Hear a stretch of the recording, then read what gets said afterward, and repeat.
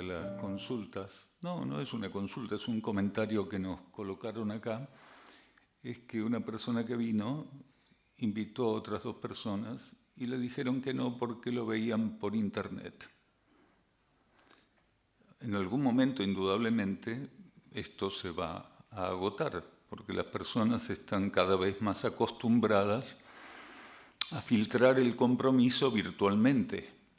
Entonces, va a llegar un momento en que nosotros posiblemente vamos a tener que colocarnos en Córdoba en algún ambiente que vamos a adaptar a los fines, con la tecnología más adecuada, y vamos a mandarles flyers, ¿sí?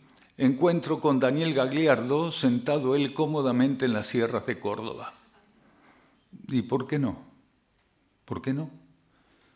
Para acompañar la realidad uno tiene que hacerse eco de algunos factores, de algunas señales, de algunos símbolos.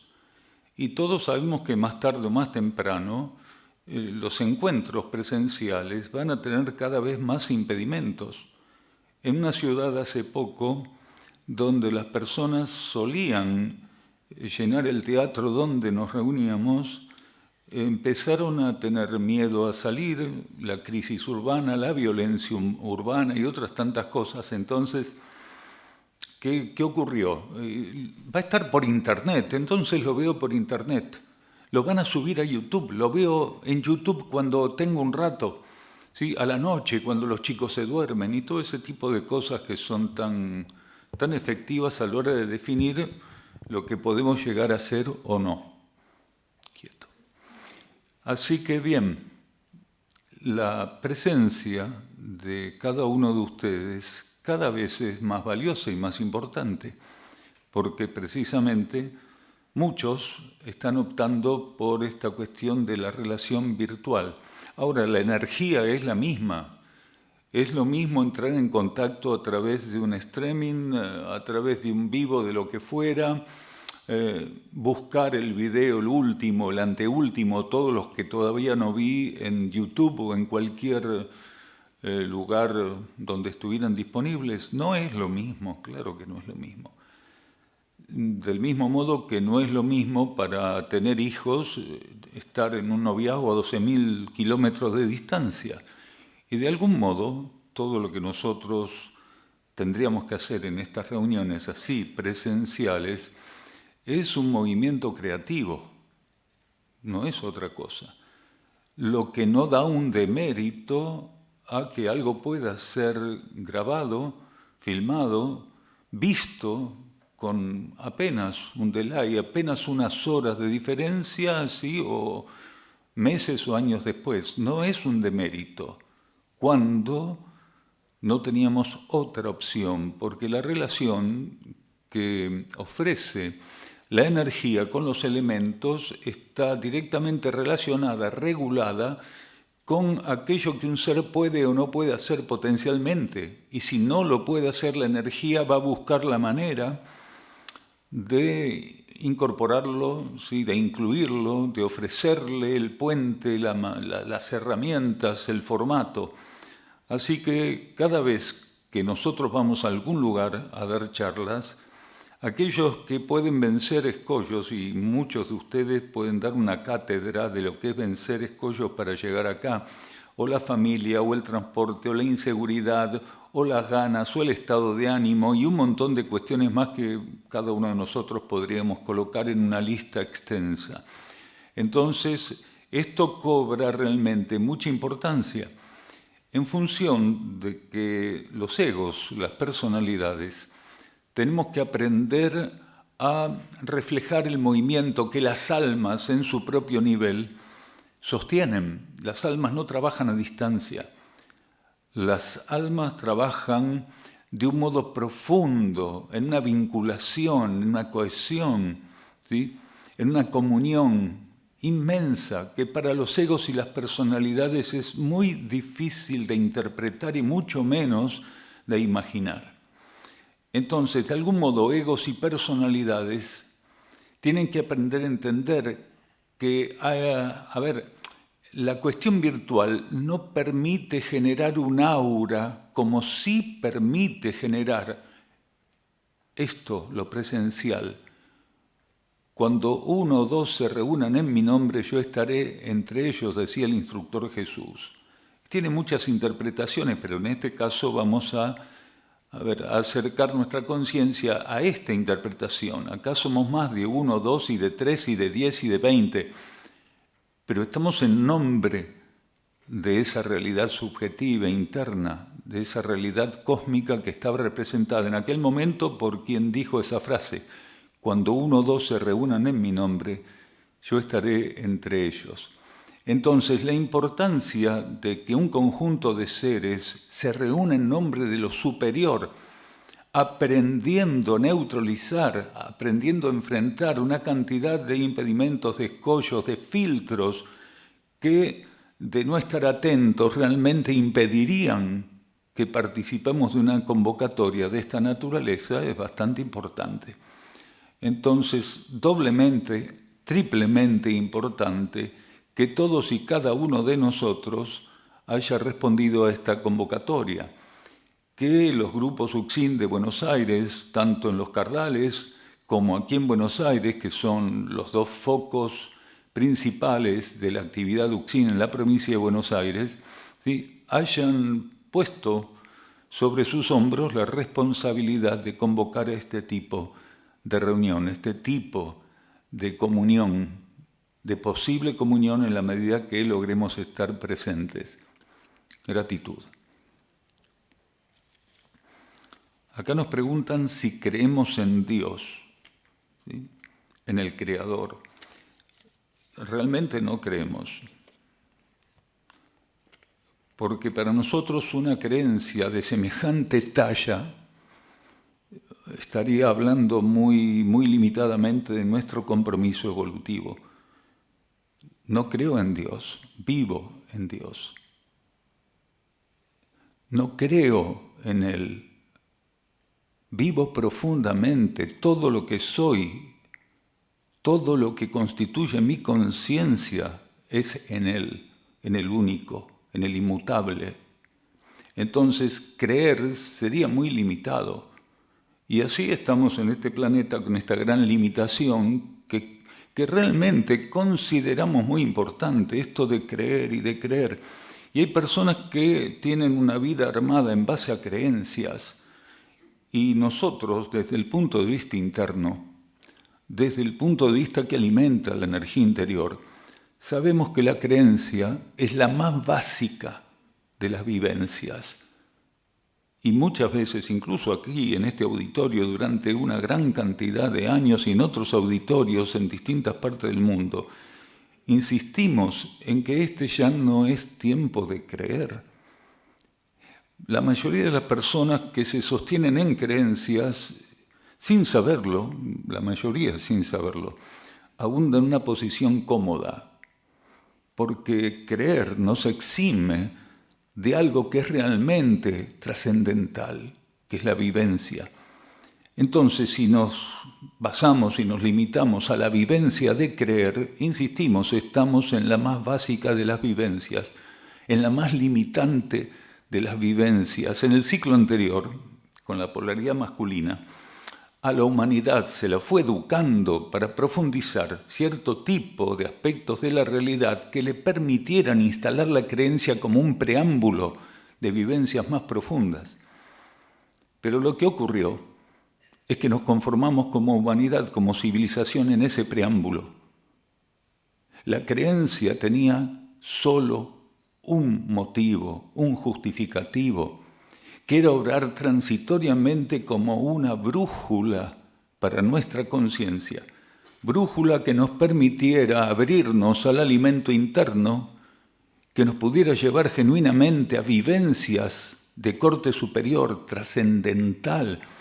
Cuando el ser va sumergiéndose en esto que llamamos vivencias que realmente están conducidas en función de la sintonía que podamos lograr con nuestra vida interna. Cuando el ser se va sumergiendo en el camino profundo de la vivencia, él ya no necesita estar pendiente de lo que cree, porque incluso la creencia termina siendo un patrón doctrinario, rígido, ¿sí?, una estructura rígida, Es muy difícil superar la creencia, porque superar la creencia exige para la conciencia, que todavía se limita a lo racional, a lo comparativo y a lo analítico. Superar la creencia implica una flexibilización, una sutilización de su conciencia que la mayoría no está dispuesto a enfrentar.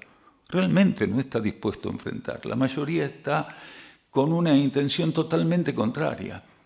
Han debilitado tanto nuestra conciencia, nos llevaron a un grado de deterioro tal que continuamente estamos creyendo que el avance que tenemos como cultura es tener que hacer cada día menores esfuerzos para poder estar mejor.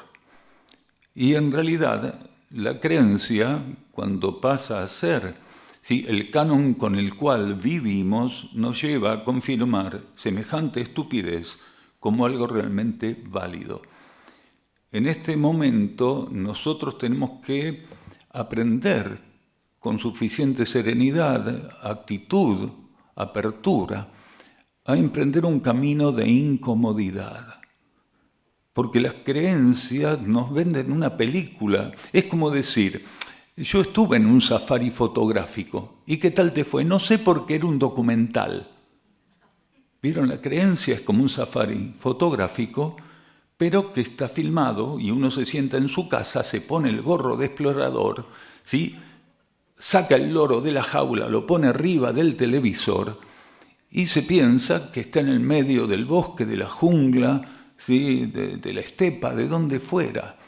Pero en realidad siempre estuvo frente a un aparato que lo único que hizo con una técnica sublimada fue llevarlo a un grado de ilusión, de inmersión ilusoria, que para él fue suficiente. Y esto es lo que el sistema mundial, lo que el poder mundial está haciendo de nosotros. El poder mundial nos estimula a creer, pero cuidado con que uno se anime a tener vivencias que solamente pueden ser tenidas en cuenta como genuinas cuando se corren de las creencias que están habilitadas para nosotros y autorizadas. Entonces, actualmente, creer en Dios no es ningún avance, es estar estancado. Aquel que no pueda diluir las interferencias profundas que la actual situación planetaria a través de las fuerzas disuasivas busca imponer en su conciencia, aquel que no pueda diluir esas interferencias va a tener el premio consuelo de creer en Dios, pero no va a saber realmente de qué se trata vivir en Dios, porque la creencia es simplemente la incorporación en una cápsula psíquica o un poco más psicofísica de alguna cuestión en particular. Y nosotros no tenemos que conformarnos con ser confirmados a través de creencias como cápsulas psicofísicas, como cápsulas racionales. Han abusado de nosotros motivando nuestro cuerpo emocional para que se aferre a creencias, a doctrinas, a dogmas, sin que eso realmente significara de ningún modo una verdadera oportunidad de crecimiento, de transformación y de trascendencia. Entonces, confirmo que no creo en Dios. Tengo una profunda vivencia de esa energía que llamamos Dios. En Sierra del Cielo solemos mantrar diciendo: oh peregrino, el camino no se transita hacia él, sino en él. Oh peregrino, descubre entonces a qué se llama camino.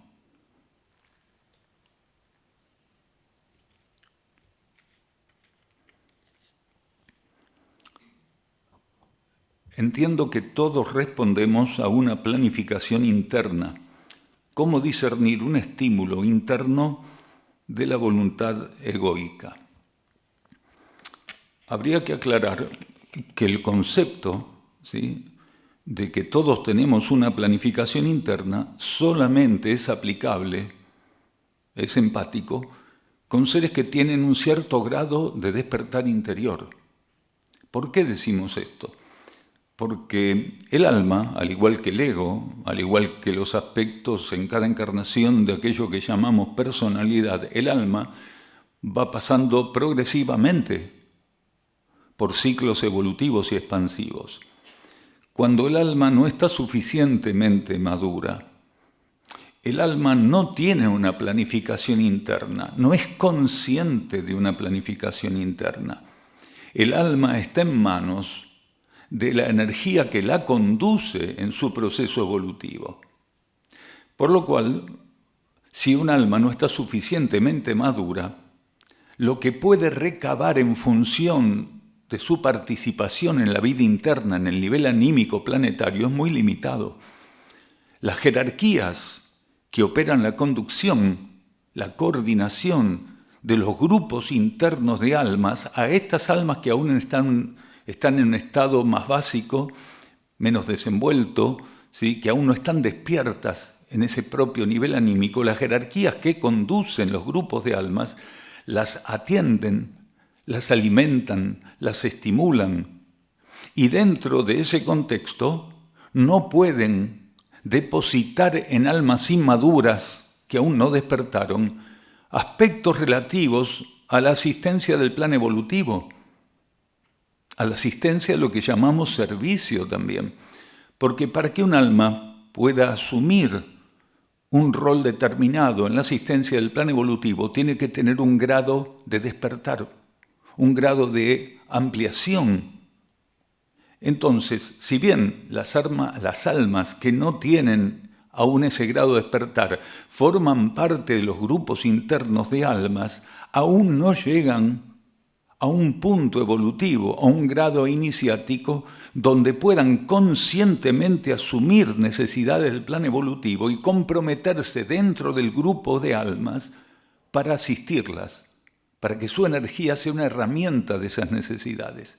Entonces, cuando se dice que un ser está encarnado y que tiene que cumplir con su planificación interna, de lo que se está hablando es que ese ego, mínimamente, tiene que ser la proyección, la herramienta en la materia de un alma con un grado suficiente de despertar que le permita asumir una responsabilidad a favor del plan evolutivo, y antes de permitir la ceremonia de ingreso de ese ego a la materia, ella lo irradia, lo estimula para que ese ego pueda aceptar también algún tipo de responsabilidad cuando está encarnado en función de asistir al plan evolutivo. Claro que lo que el alma que está despierta estimula a un ego en función de lo que entendemos como planificación interna, no tiene el voltaje de lo que el alma misma asume en su grupo interno en función jerárquica para asistir al plan evolutivo. Esa alma tiene que adaptar aquello que aceptó, adaptarlo, regularlo, bajarlo a un patrón magnético, vibratorio, energético que el ego está en condiciones de sintonizar e interpretar, decodificar, porque el alma no le habla en ningún idioma en particular al ego antes de enviarlo a la materia. El alma no tiene lenguaje. El alma maneja códigos vibratorios, energéticos, magnéticos. Eso es lo que el alma puede hacer, porque en el nivel del alma hay aspectos que son directamente interfaces cósmicas presentes y actuantes, mientras que acá en estos niveles necesitamos manejar algún tipo de lenguaje, de código, de señales, de símbolos. Entonces, el ego, que cuando está desencarnado tampoco maneja el lenguaje, ninguno de los lenguajes que utilizó en alguna de las encarnaciones, se relaciona vibratoriamente, energéticamente y magnéticamente con el alma. Y el alma irradia esos patrones múltiples, vibratorios, energéticos, magnéticos, y el ego, según el grado de madurez que tenga, va a ir interpretando, decodificando, asimilando en una ceremonia de sintonía y alineación con esos patrones energéticos. Él llega a un punto donde el alma considera que está en condiciones ese ego, luego de esa irradiación de estímulos, de ingresar a la materia para pasar a ser de algún modo una herramienta de aquella alma y por carácter transitivo del plan evolutivo en el planeta, en la superficie del planeta. Entonces, queda claro que los únicos seres que pueden intentar cumplir con una planificación interna, son seres que aquí encarnados, egos que aquí encarnados, son extensión de almas que tienen un grado de madurez suficiente como para poder llevar esa situación al punto que acabamos de describir. Entonces, las otras almas, que no están despiertas, que si bien tienen egos que ingresan a la materia, trabajan de un modo diferente. Esas almas están conducidas y están colocadas en un contexto más amplio, más genérico, no tan personalizado en relación a comprender la situación planetaria. Sí reciben un entrenamiento puntual, pero están en un contexto más básico. Y los egos de esas almas ingresan a la materia y una vez en la materia, lejos, porque no tienen posibilidad de intentar cumplir con su planificación interna, lo que hacen es ser conducidos por la ley de karma.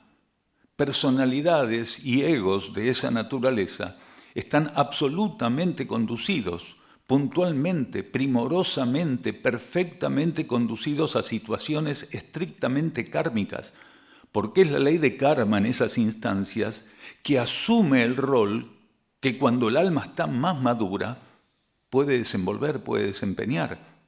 Un alma madura recibe por parte de la ley de karma, recibe por parte de los señores del karma, ¿sí?, la transferencia, la adjudicación, podríamos decir. El alma recibe de los señores del karma esta cosa de delegar. Cuando los señores del karma, en su sabiduría, perciben que un alma tiene condiciones de conducir al ego, de estimular al ego, de ofrecer al ego cierto tipo de contención, gradualmente esas jerarquías kármicas van permitiendo que sea esa alma que conduzca a ese ego en muchas de las situaciones. Claro que continuamente dentro de la contención mayor que ofrecen las jerarquías kármicas, porque un alma, ¿sí?, por más que esté despierta, es una entidad limitada en función de algo tan importante como es la situación general y total del planeta. Entonces, los seres que tienen planificación interna son seres que ya recibieron por parte de las jerarquías, de algún modo, esto, delegar responsabilidades. Y el problema, porque es la otra parte de la pregunta, ¿sí?, cómo poder diferenciar lo que proviene de la planificación interna de lo que proviene o puede ser, consecuencia de la actividad del ego, que no solo sabe engañar, sino que sabe engañarse muy bien. De hecho, hay muchos egos que tienen una ambición espiritual enorme y consideran que no es así, que ellos en realidad son buena gente que quiere servir al planeta. Entonces, la única manera en que nosotros podemos abrir la puerta para establecer ese parámetro, tener la capacidad de discernir esta situación, es que diariamente y en lo posible, momento a momento, y sin sábado y domingo, ¿sí?, fuera de programa, nosotros aprendamos a estar atentos a nuestra vida interna, simplificar nuestra vida, adherir profundamente a preceptos que de tenerlos en cuenta nos están ofreciendo el camino continuo a la sintonía interior.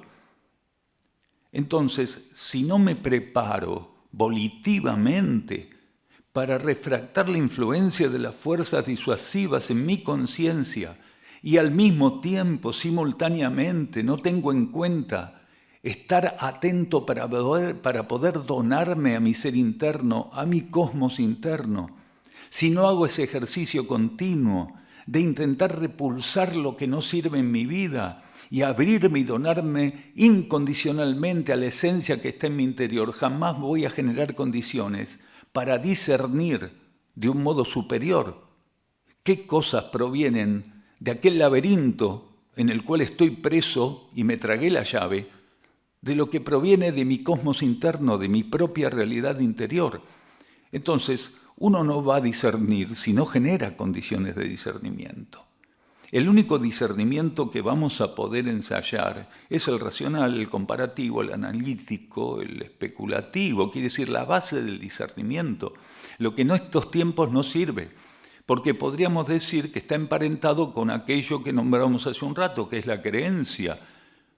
Puedo alimentar mecanismos doctrinarios, ya sea que sean de doctrinas amplias universales o de mi propia doctrina personal, que terminen unificando algunas cuestiones que me hagan creer que aquello que creo, valga la redundancia, ¿sí?, proviene de mi interior. Y que todo lo que creo, porque soy muy positivo y soy como un Boy Scout que digo que estoy siempre listo, proviene de mi interior. Pero si no busqué genuinamente el vínculo interno, si no fui simplificando mi vida, si no me fui fogueando, templando en la alineación de mi conciencia, en la sintonía de mi conciencia con esa fuente, que de algún modo me estoy planteando si proviene lo que estoy recibiendo como ego. Si no genero condiciones, ¿qué puedo hacer? Es como que el que le tiene miedo al agua no genera condiciones para superarlo y después se pregunta cómo hacer cuando se está ahogando y se va a tener que ahogar. En la próxima encarnación tal vez ese aprendizaje de quede grabado y haga algo con esa cuestión, con las fobias, con los miedos. Entonces, nosotros para discernir tenemos que generar condiciones. Insistimos, porque lo vamos a insistir muchísimo. Tenemos que generar condiciones. Somos responsables absolutos de generar las condiciones de discernimiento, de permeabilización, de flexibilización, de disponibilidad. Ninguno debiera tener duda, ninguno de nosotros debiera tener dudas de que si no generamos las condiciones por un propio trabajo volitivo, esforzado, de sostenimiento, de persistencia, de volcarnos incondicionalmente a nuestro ser interno, que debiera ser el principal destino, la meta absoluta para cualquiera de nosotros. Mientras cualquiera de nosotros, opaque, sofoque la búsqueda de sintonía y alineación para con su ser interno, para con su esencia, su cosmos interno, su instructor interno, por medio de metas personales, egoístas, individuales. ¿Cómo vamos a discernir? Si lo único que tenemos en cuenta al momento de ejercitar nuestro razonamiento es lo que puede favorecer esas metas personales, egoístas, individuales.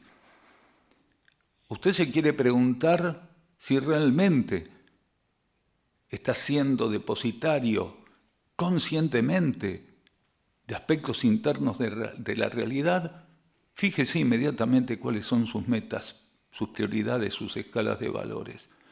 Si para usted, cuando se hace esa pregunta, las metas personales, egoístas, individuales, son lo que todavía tengo que concretar, después me voy a dedicar a la espiritualidad, como me dijo una persona que desencarnó sin haberlo hecho jamás.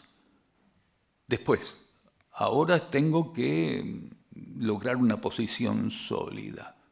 Y en realidad esa posición sólida, cuando no tenemos acceso conscientemente, cuando nuestra voluntad no está orientada adecuadamente, esa posición sólida se llama recrudecer en nuestro compromiso con el materialismo. No es otra cosa. Y aquel que recrudezca su compromiso con el materialismo, lógicamente va a ser un eximio materialista que a la hora de discernir siempre va a estar guardando sus intereses, preservando sus intereses, sus metas individuales, y no va a tener noticias, ni lejanamente, de lo que su alma le está ofreciendo continuamente. Acá tenemos una pregunta que es bastante recurrente en estas charlas de hace 30 años, no solo acá, en distintas partes del mundo, pero desde hace 30 años. Dice: a veces en los estudios no logro concentrarme por momentos. Hago un trabajo de reforzar la atención, pero también sé que la energía nos permea o toca de muchas formas. Y esto que vamos a decir con humor también lo repetimos 1000 veces, en función de esta pregunta. Nosotros somos grandes dormidores de personas. Y el que no se duerme queda como si le hubiéramos dado un poco de marihuana. ¿Sí? Claro, y claro. Fíjense, entre todos podemos confirmar o no que nuestra psiquis está preparada para estar atenta a cuestiones materiales. Entonces, tenemos una disfunción con posibilidades ciertas, genuinas de ser trascendida. Tenemos una disfunción para poder estar atentos y receptivos de energías que no son las habituales en términos de atención, de disposición, ¿sí? Entonces, cualquiera de nosotros, o alguno de nosotros, capaz que es capaz de estar atento tremendamente, está cayendo $1 y lo agarra y se lo guarda y nadie se enteró. Sí, es la representación del materialismo en este momento, ¿no? Alguno va a decir, bueno, lo agarro igual aunque esté bajando, no importa.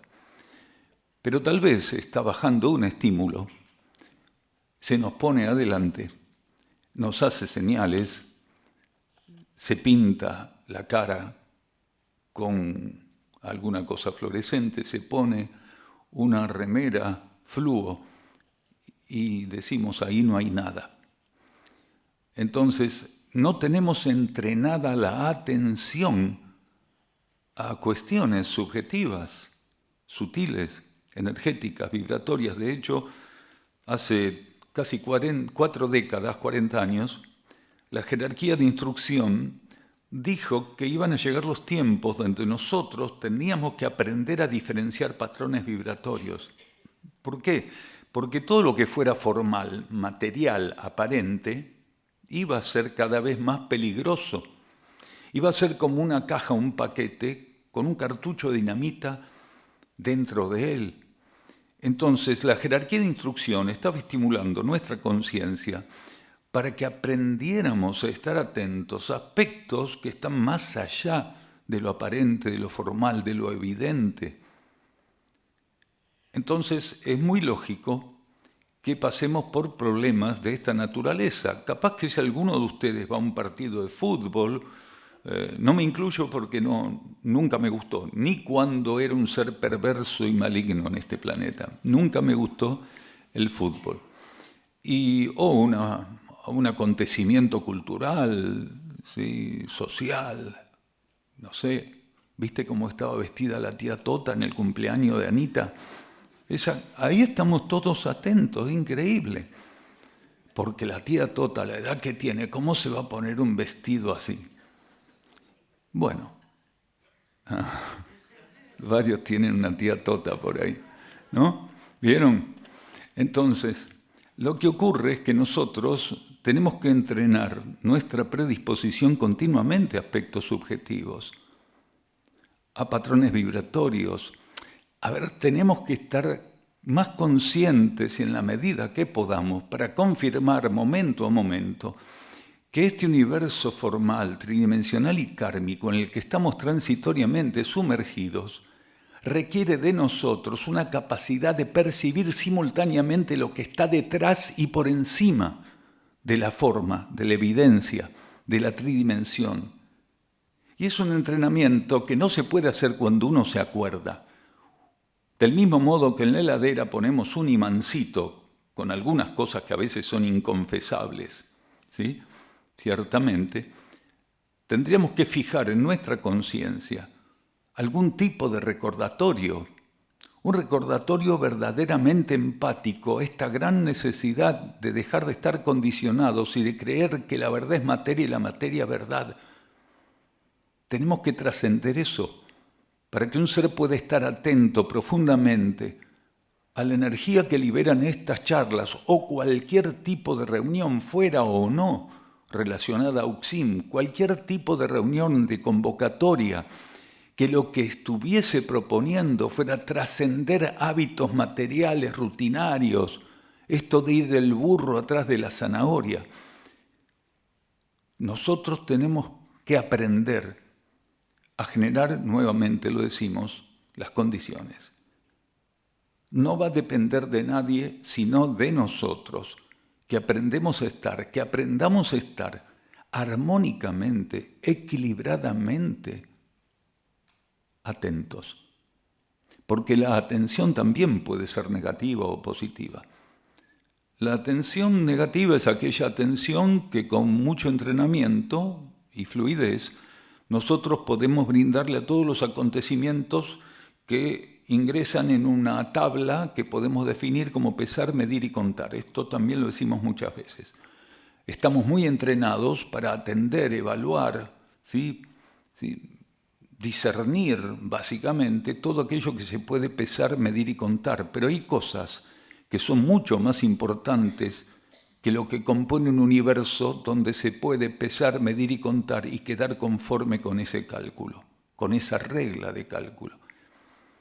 Nosotros tenemos que estar dispuestos a lo que no se puede pesar, lo que no se puede medir y no se puede contar.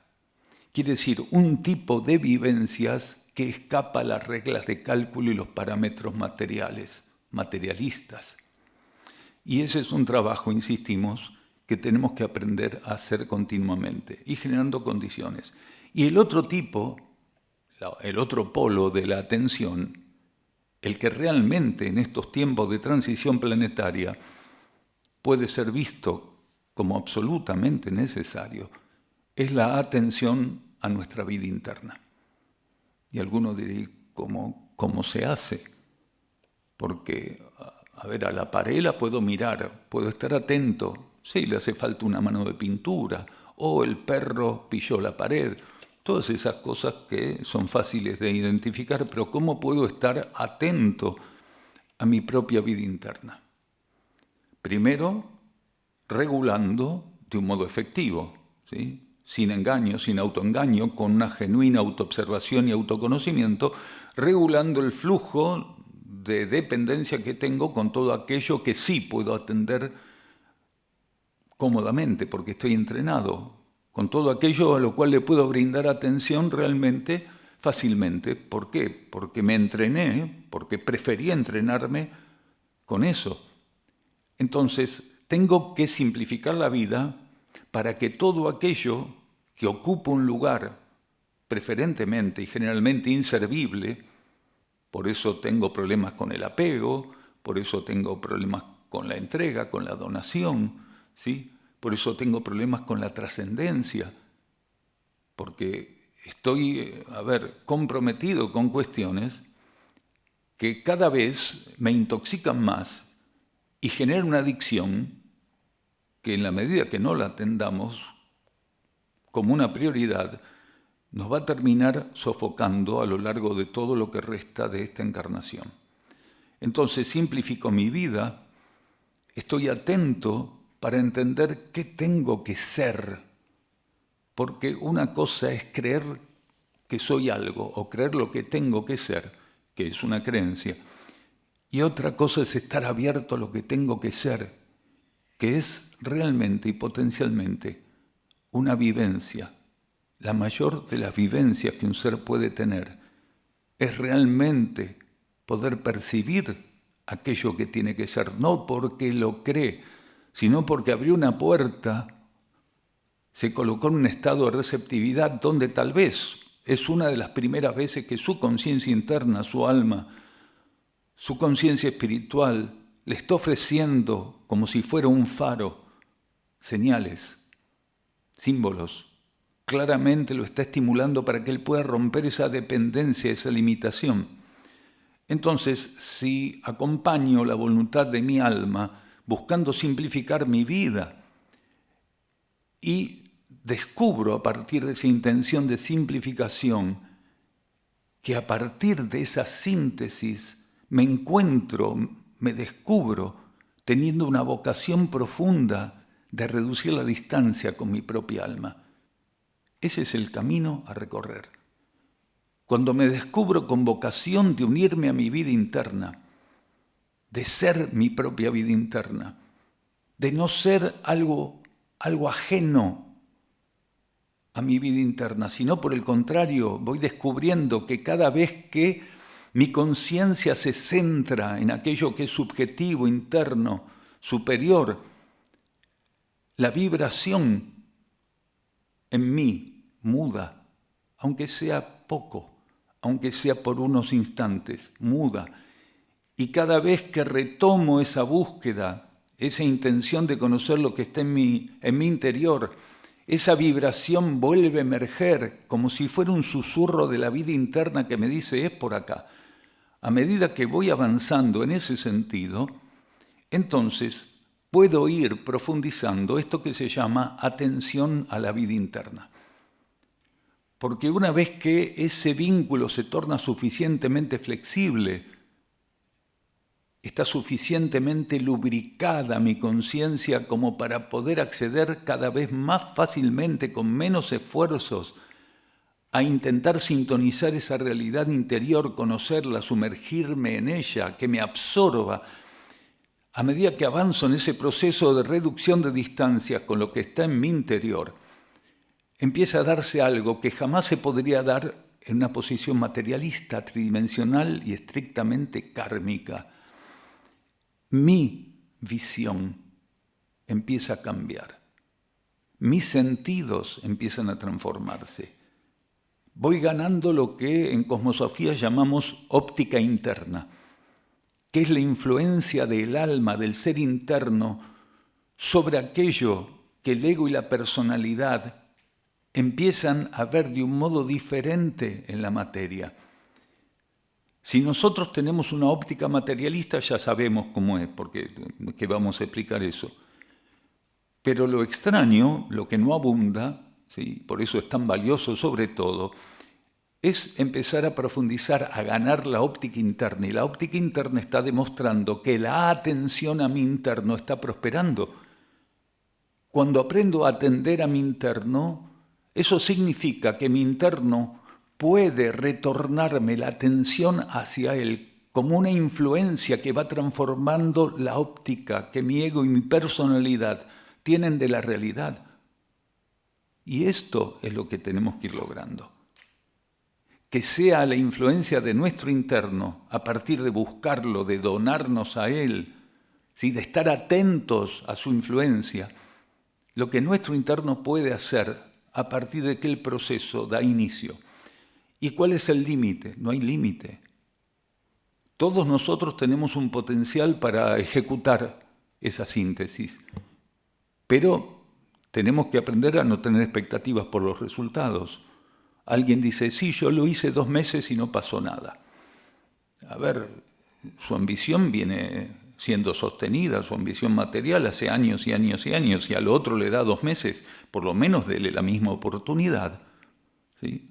A su búsqueda espiritual, a su sintonía espiritual, que le dio durante 40, 50, 30 años a su ambición materialista, a sus metas personales y egoístas.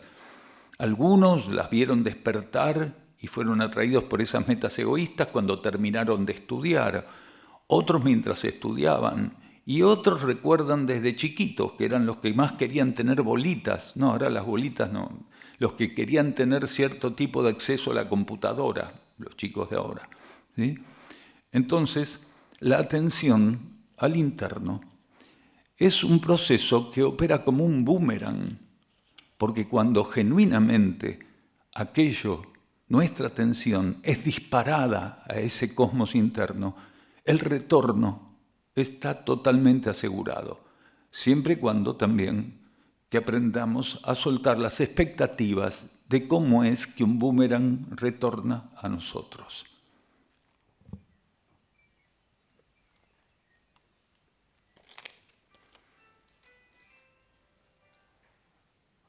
Recuerden, por favor, apagar los celulares, ¿sí? No lo tomen a mal, pero si atendemos el celular no podemos atender acá. Y recién estamos hablando de la atención, ¿sí?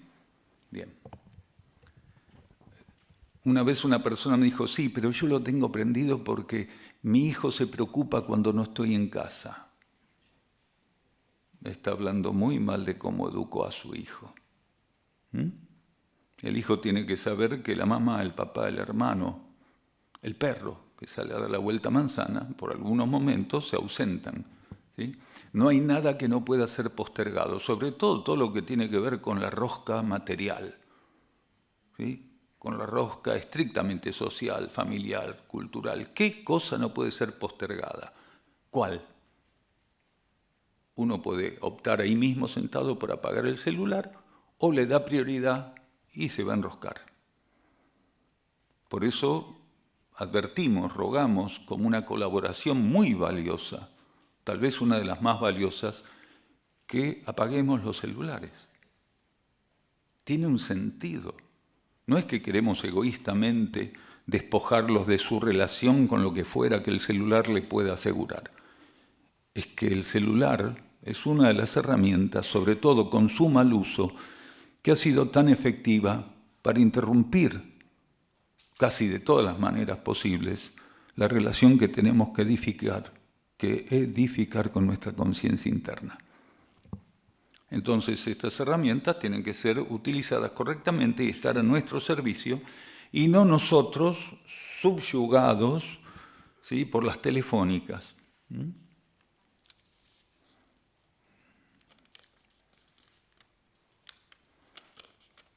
Justamente hablando de hijos, ¿sí?, recién nombramos, cómo poder dejar volar a los hijos que tienen dificultades y codependencia familiar.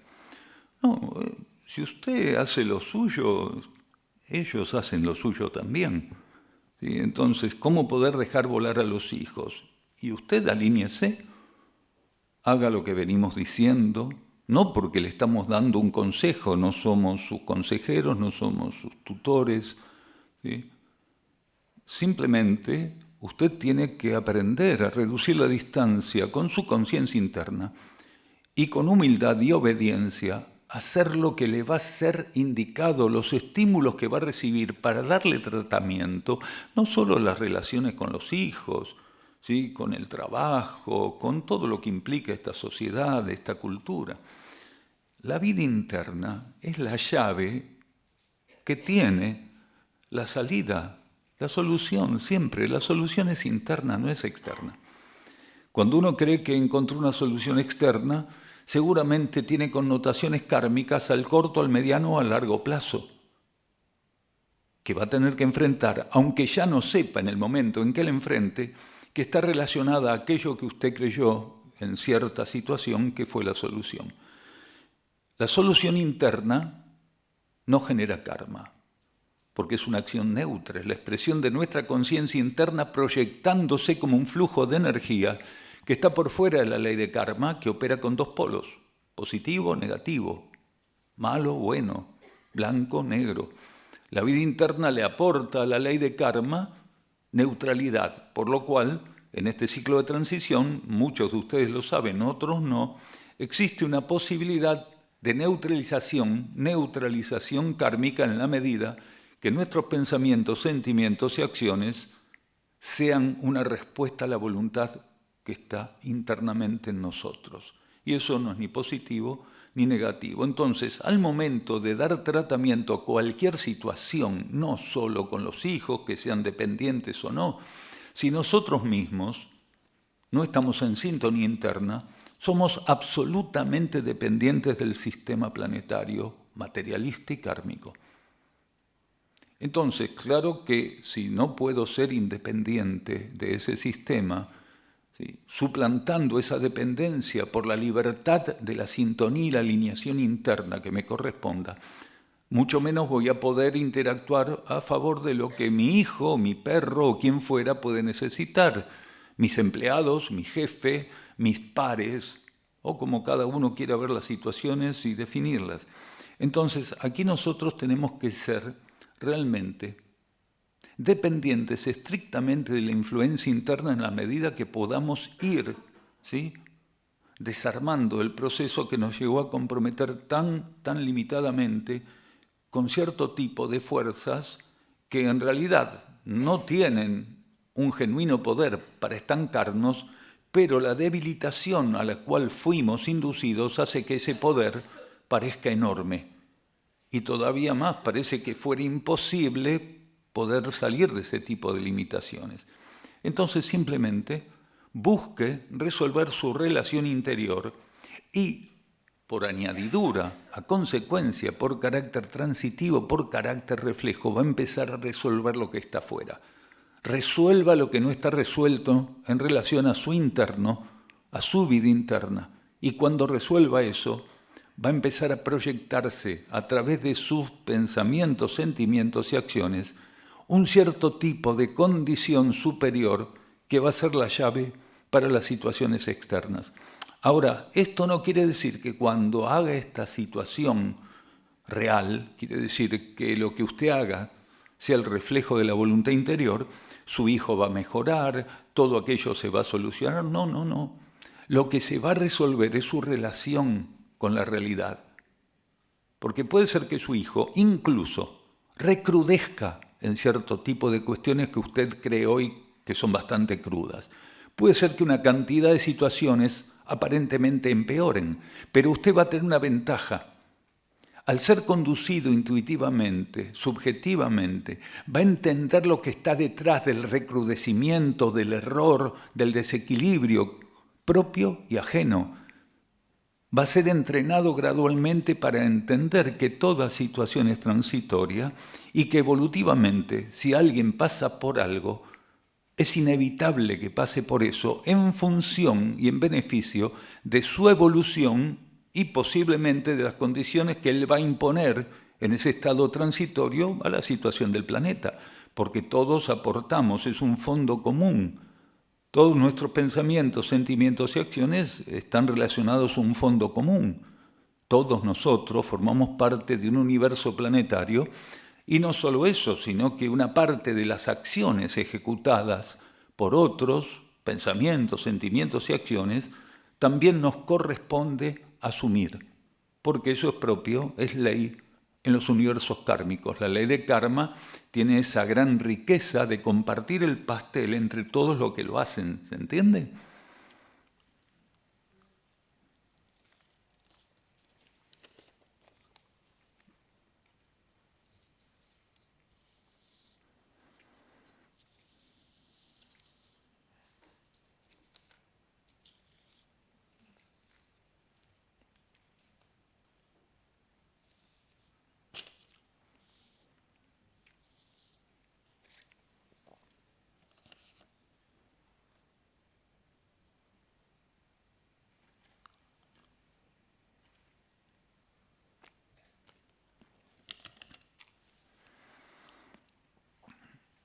Aquí preguntan cómo es el proceso de disolución de los átomos causales.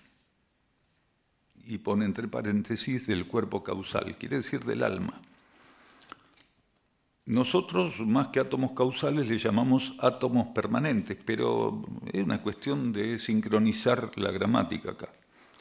Entonces, estos átomos causales, llamados átomos permanentes, fueron un aporte que nos hicieron los señores del karma en otras razas planetarias, debido a algo muy puntual que fue nuestra complicación de la situación evolutiva de la superficie terrestre.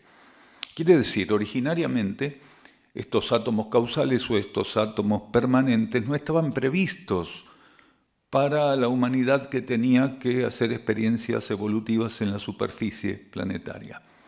Pero, dadas nuestras actitudes, tuvieron que ser instalados dentro del campo vibratorio del alma, del cuerpo causal, ¿sí? ¿Y qué son?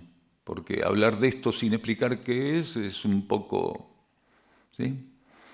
Los átomos permanentes regulan las condiciones que va a tener el ego, que va a encontrar el ego en la personalidad.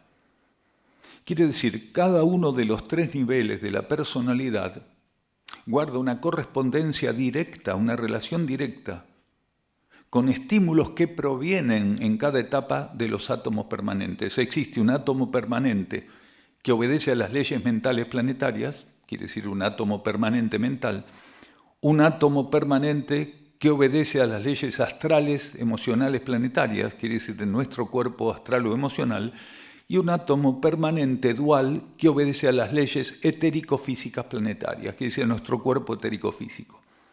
Cada vez que un ser está preparando una nueva encarnación, estos átomos permanentes sirven para ordenar lo que en el contexto kármico de esa encarnación va a tener que tener como característica la personalidad. Quiere decir, con lo cual el ego va a contar, porque el ego necesita que la personalidad, en cada nueva encarnación que él emprende, sumergiéndose en la materia en nombre del alma, que la personalidad tenga una característica específica. No puede tener cualquier característica.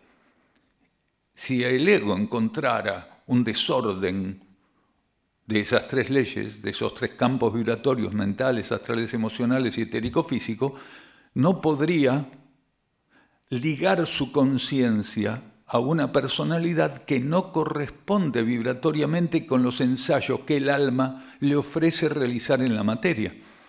Entonces, cuando el ego va a encarnar, los señores del karma y la jerarquía planetaria permite que cada uno de esos átomos irradie una energía que regula una condición de tipo mental, de tipo emocional y de tipo etérico-físico.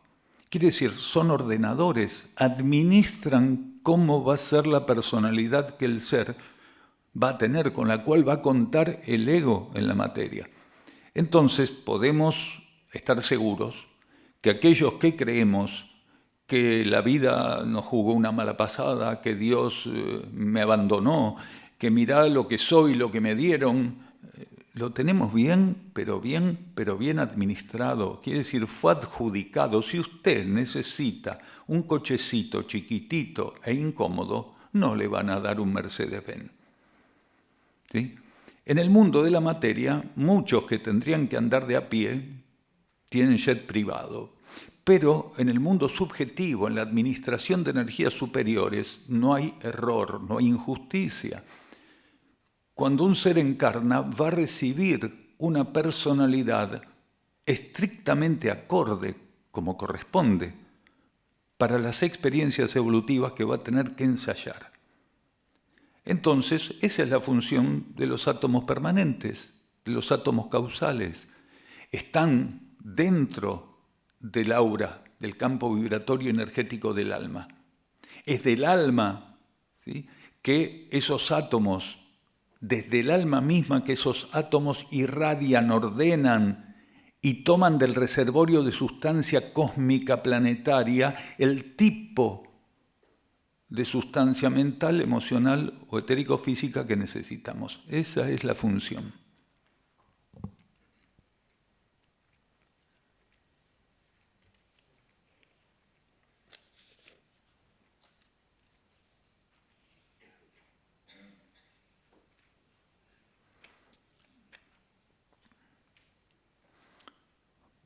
La evolución de la conciencia es infinita o llega hasta un punto y se vuelve a comenzar.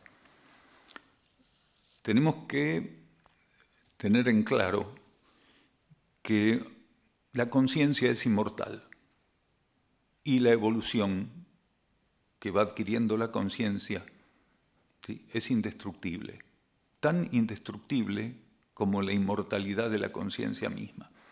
Por lo cual, la conciencia está en continua evolución y esa evolución es imparable, solo que existen distintos tipos de procesos evolutivos que la conciencia, a medida que arranca su trayectoria cósmica, va a tener que enfrentar.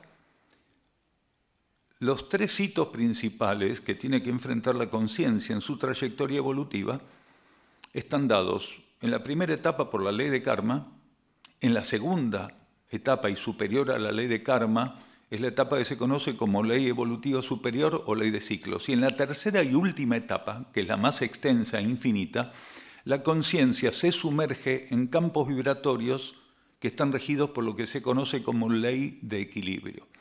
Entonces, la evolución de la conciencia es infinita, la ampliación de la conciencia es infinita, y lo que va variando es su relación con la sustancia y con la esencia. Porque en las etapas kármicas existe una relación inamovible entre conciencia, esencia y sustancia. Porque la conciencia no puede hacer avances ni experiencias evolutivas sino se relaciona con aspectos cósmicos de la sustancia que son los que recrean las características que tienen que tener cada una de esas etapas. Entonces, durante toda la ley de karma, existe esa condición trina, la asociación indisoluble durante ese proceso kármico de conciencia, esencia, sustancia. Entonces, la ley de karma le va ofreciendo, la inteligencia cósmica le va ofreciendo a la conciencia aspectos absolutamente distintivos, absolutamente inteligentes, administrados de un modo perfecto de la sustancia cósmica universal. Estos trajes mentales, emocionales, etérico-físicos que nosotros tenemos son un aspecto de la sustancia cósmica universal. ¿Por qué tienen este aspecto? ¿Por qué tienen esta condición? En función de la necesidad de nuestra conciencia.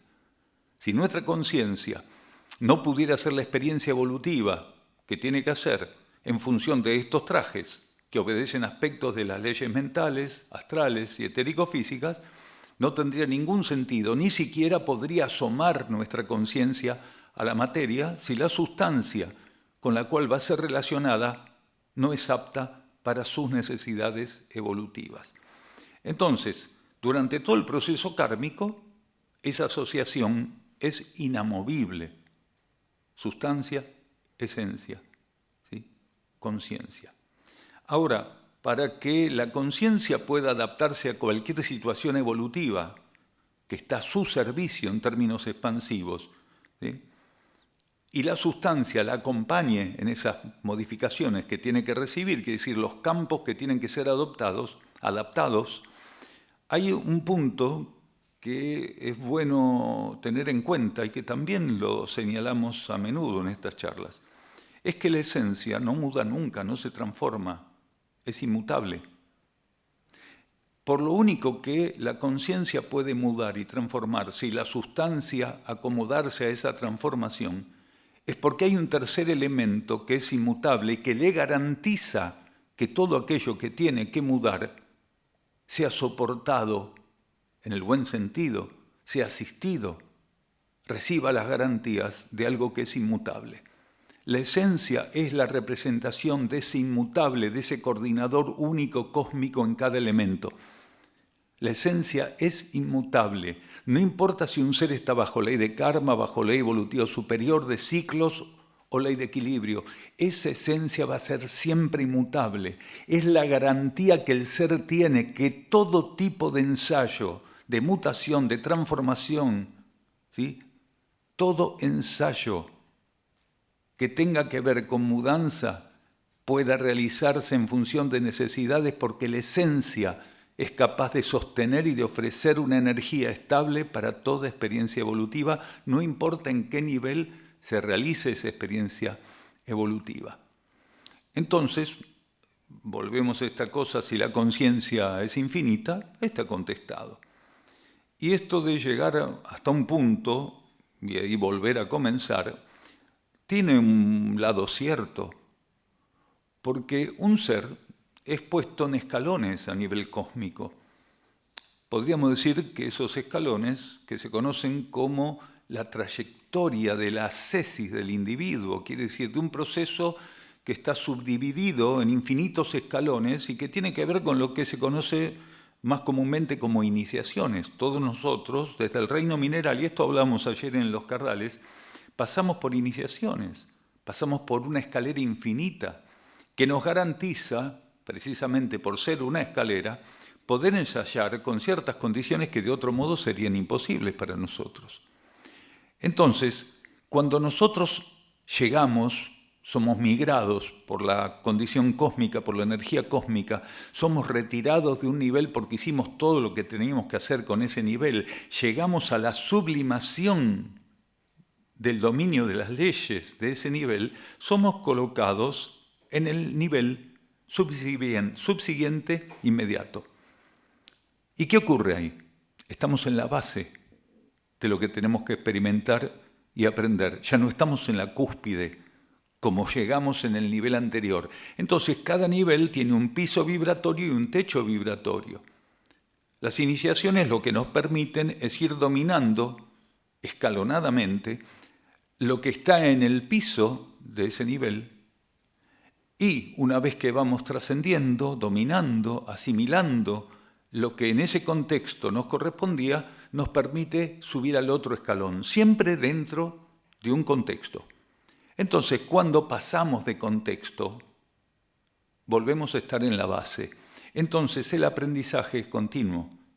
No existe ningún individuo, ninguna conciencia, ninguna partícula, ninguna entidad, no importa de qué manera la interpretemos o podamos entender su existencia, que haya dejado o pueda dejar de evolucionar.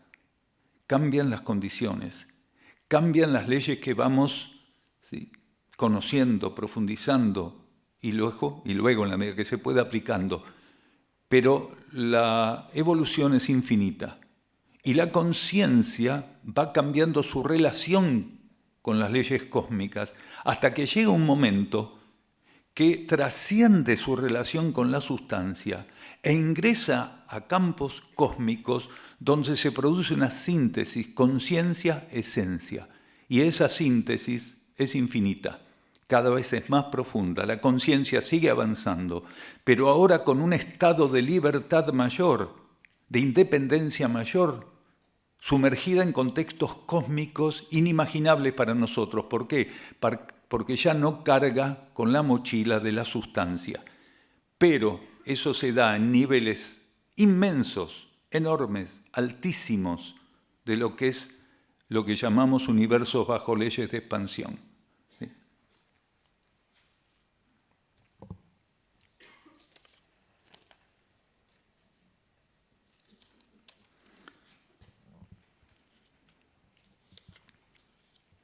Acá nos preguntan, nos piden que hablemos de seres superiores, de pleyadianos, de arturianos, de sirianos. ¿Qué podemos decir de estos seres? Sin caer, si no estamos atentos, una cantidad de fantasías.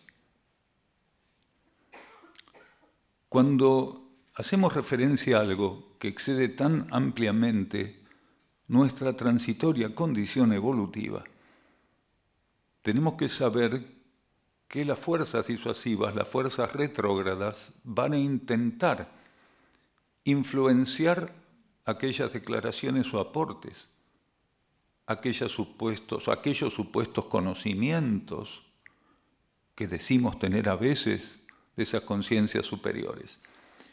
Estas conciencias a las que hacen referencia, y excluimos a los reptilianos y a los arturianos porque son concepciones fantasiosas que después podemos abordar en un apéndice aparte. ¿Sí? Cuando nos referimos a estas conciencias, a los Pléyades, ¿sí?, a los seres de Sirius, de Orión o de cualquier otro contexto supuestamente evolutivo del cosmos, porque también hay lugares, ¿sí?, hay estrellas, que dentro de su marco de influencia son más primitivos que nuestro sistema solar. Así que no siempre lo que está afuera es más alto. Esto muchos de los que estamos acá lo sabemos, pero es bueno ponerlo en claro. Entonces, estos seres a los que estamos haciendo referencia son seres que tienen una condición muchísimo más amplia y elevada que la nuestra, que todavía es kármica, a pesar de que estamos a punto de cerrar la ley de karma en el planeta Tierra. Entonces, estos seres mínimamente están bajo ley evolutiva superior o de ciclos.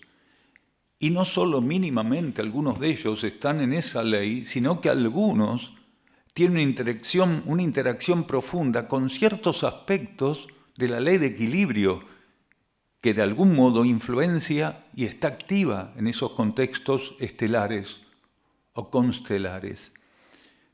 Entonces, cuando queremos saber de qué se trata, cómo son, cómo viven, lo único que podríamos hacer es intentar aproximarnos a un ejercicio de vaciamiento de todo aquello que no tiene real sentido evolutivo en nuestra vida, buscar una síntesis que nos permita una disponibilidad perceptiva, una capacidad de ser influenciados intuitivamente para entender lo que sería una vida en un universo estelar o planetario donde no hay ambición, donde no hay egoísmo, donde el equilibrio y la armonía son absolutos, donde los seres no compiten, donde no existen naciones, dinero, banderas, donde no hay empleos, ni empleadores, ni empleados. ¿Cómo sería un contexto de vida cósmica universal donde no exista la agresividad, donde la inofensividad está garantizada de modo absoluto? ¿Cómo sería eso? Entonces, si tenemos estas últimas palabras en cuenta, sabrán disculpar la gran dificultad que hay en el idioma humano, en la conciencia humana y en la filosofía humana para aproximarnos un poco a entender cómo es la vida en ciertos niveles cósmicos de existencia. Entonces, cuando un ser, cualquiera de nosotros, lograra un profundo silencio y una profunda quietud, cuando la diferencia evidente, ¿sí?, entre lo que somos afuera y lo que somos adentro pudiera reducirse, cuando la distancia con nuestra esencia interna realmente pasara por una reducción, en ese momento, cuando percibiéramos qué ocurre en nuestra conciencia como egos y personalidades, cuando están realmente y profundamente influenciadas por la propia alma, en ese momento lo que estuviésemos sintiendo, experimentando, apenas sería un vislumbre defectuoso de cómo viven esos seres. Porque realmente, estando bajo ley de karma, ¿cómo estamos? Para nosotros es inaccesible la comprensión de lo que ocurre en esos niveles de conciencia. Imaginen un contexto donde no hace falta luz para ver, un contexto donde no hay ni día ni noche, un contexto donde la coligación, la comunión con el cosmos es inalterable, donde la armonía y el equilibrio forman parte de la vida sin ningún tipo de fluctuancia, de ambivalencia, ¿sí?, donde no hay ausencia de ningún modo de la asistencia de las necesidades, porque vivir y necesidad es lo mismo. Por eso la palabra necesidad en esos lugares no existe. Existen universos kármicos como el nuestro, que generalmente estamos poco disponibles para las necesidades y muy adictos a lo innecesario. Imaginen un lugar donde la palabra necesidad no existe, donde la palabra justicia no existe, donde la palabra luz no existe, porque no existe oscuridad, porque la oscuridad que nosotros entendemos y conocemos, tanto de la luz química como de la luz cósmica, es el producto de un distanciamiento de las leyes superiores en el cual todavía estamos sumergidos en una ilusión que todavía no pudimos trascender ni disolver. Entonces nos excusamos de poder dar más detalles porque abundaríamos en cursilería filosófica.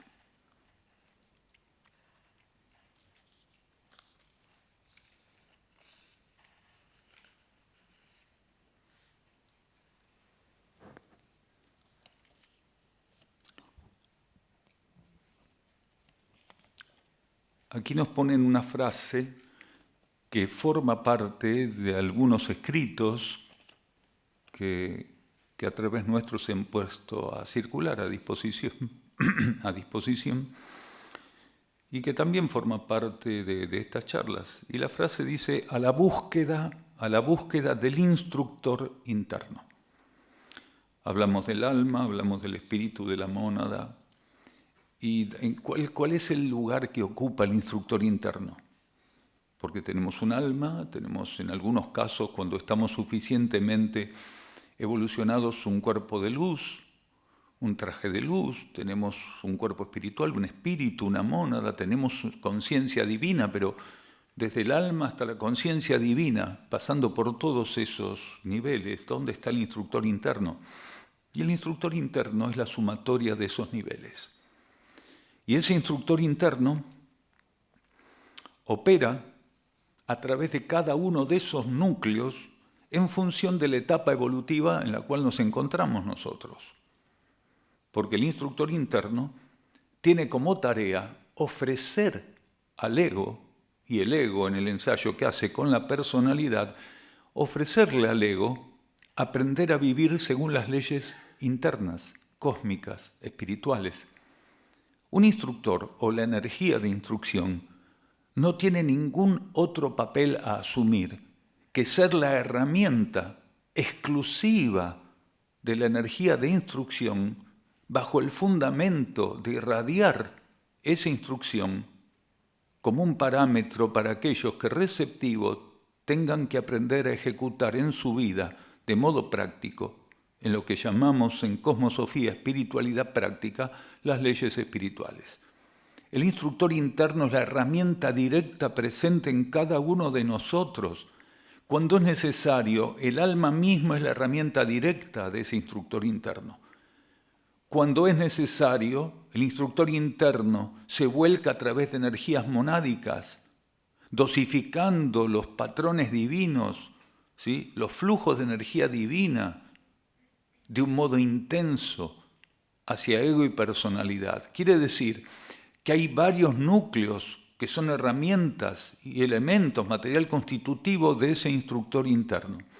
Entonces, cuando hablamos de la búsqueda del instructor interno, es como hablar de la búsqueda de sintonía y alineación con nuestra vida interna. Porque ese instructor interno es la síntesis de esa vida interna que nosotros tenemos que conocer, que tenemos que sintonizar, con la cual estar alineados y en la medida que eso fuera genuino, aprender a liberar por reflejo en la materia.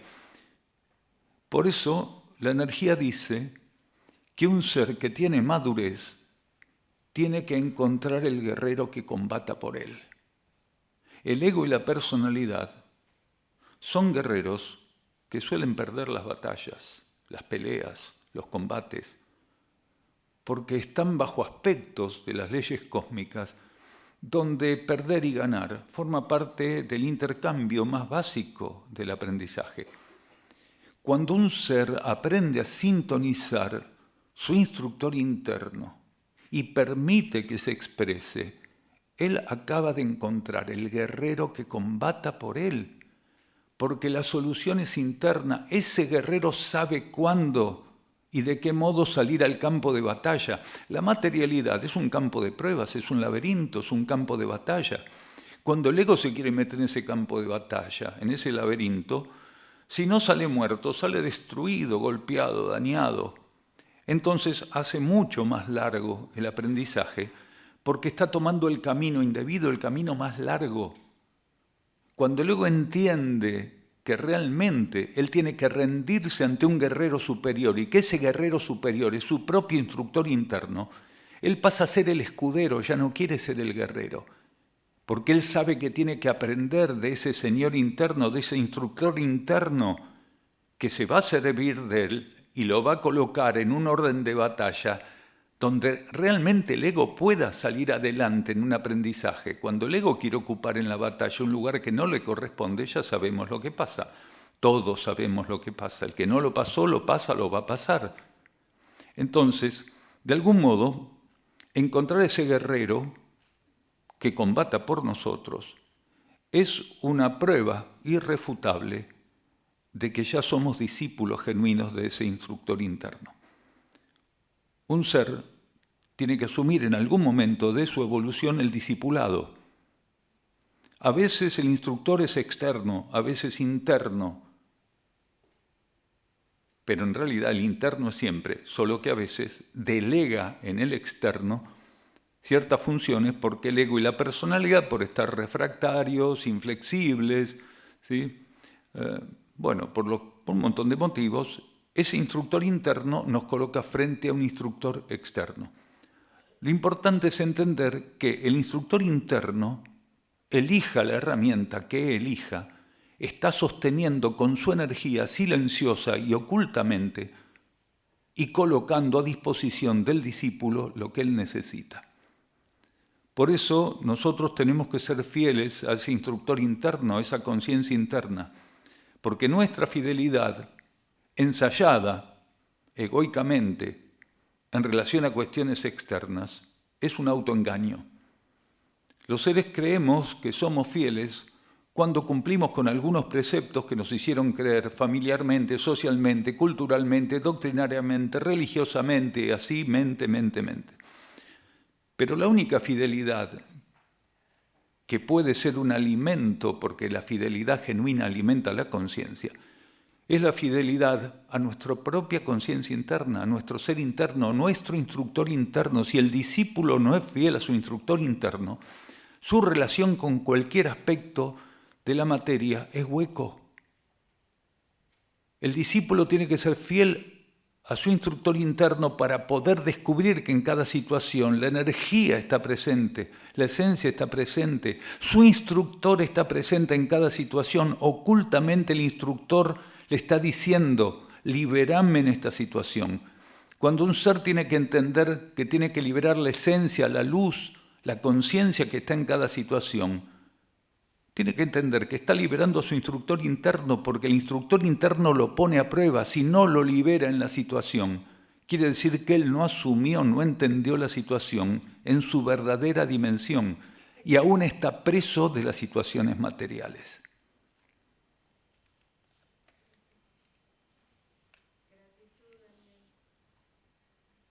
Gratitud.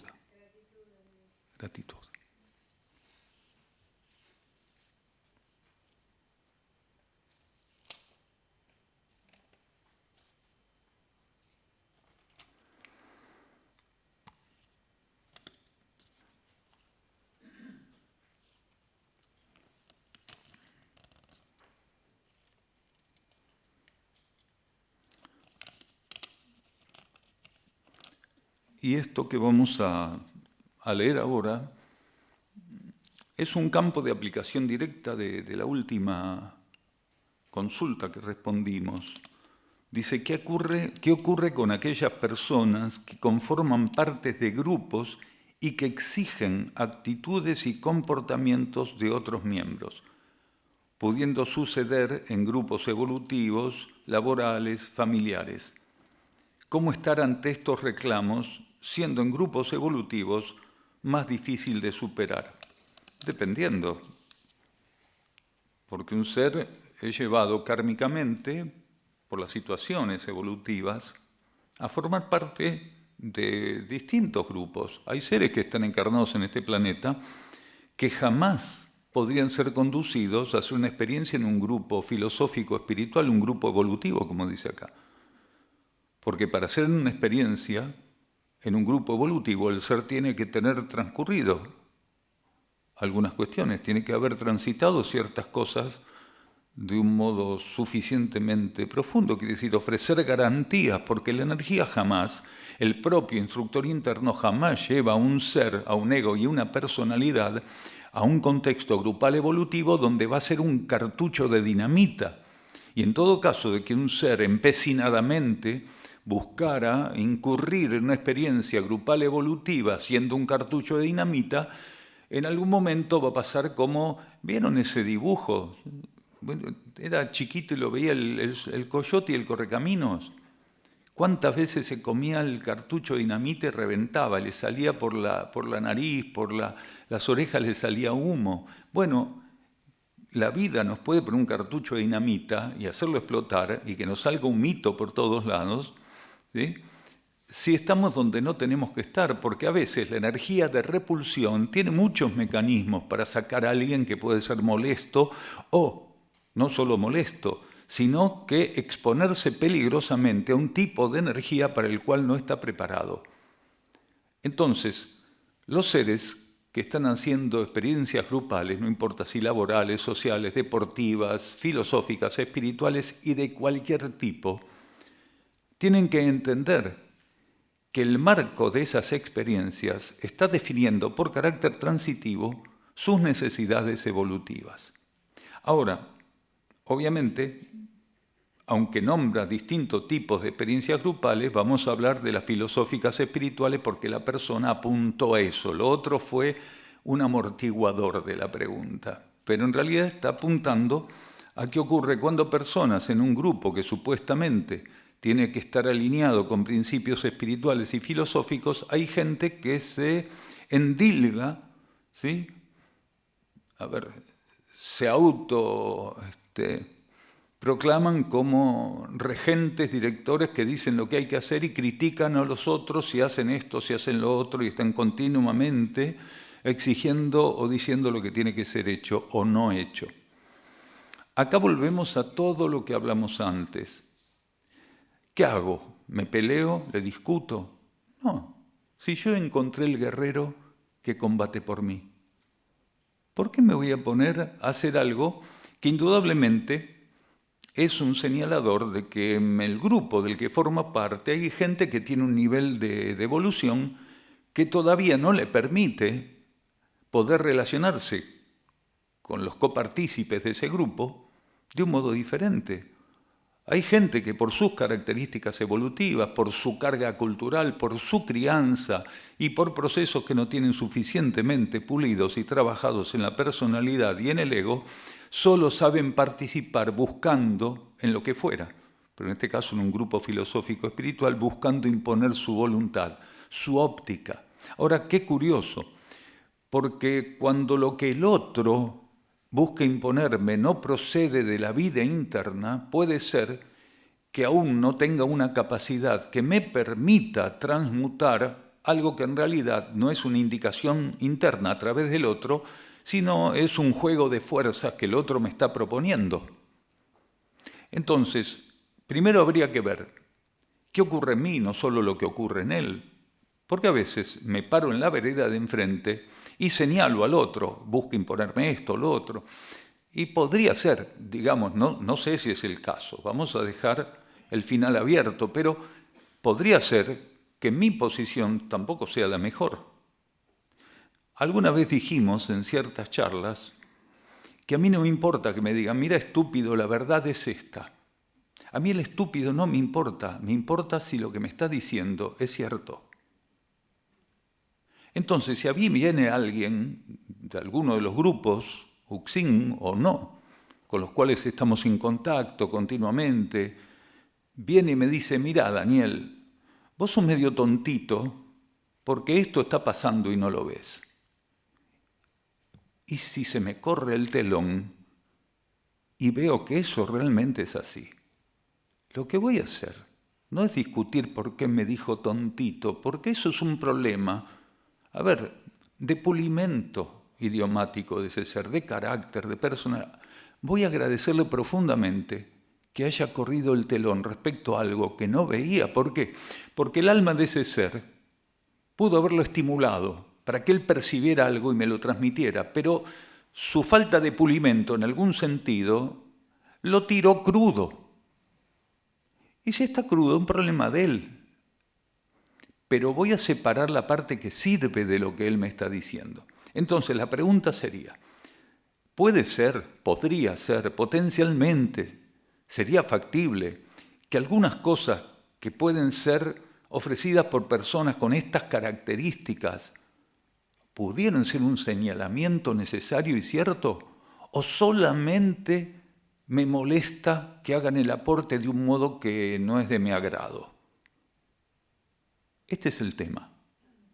En un grupo filosófico espiritual, cuando algún miembro tuviera un desajuste en el sentido de ofrecer o señalar cosas del modo en que a nuestro ego lo irrita, es como echarle vinagre en una herida a nuestro ego, solemos tener reacciones. Y a veces las reacciones nos roban la posibilidad de ver si lo que nos están diciendo es cierto o no, es necesario o no. Es más, si es un ofrecimiento muy válido y rico. Entonces, sugerimos primero, frente a ese instructor interno, influenciados por él, confirmar si aquellos señalamientos o exigencias o pseudoexigencias en realidad no son herramientas que la vida, por algún motivo, no pudo colocarnos de modo directo porque no estábamos receptivos y está tomando a este sátrapa, a este tipo terrible, insoportable, o tipa terrible, insoportable, no lo está colocando para hacer determinada cuestión, de un modo que no me gusta nada. No solo a mí, a todos, no le gusta a nadie. ¿Sí? Bueno, una vez que confirmen eso, sea que realmente la persona esté haciendo un aporte o que simplemente esté ofreciendo el desajuste de su personalidad, no olvide que usted tiene que encontrar ese guerrero que combata por usted. Y una vez que encontró ese guerrero que combata por usted, que él le dé tratamiento a ese ser tan incómodo. Gratitud. Gratitud.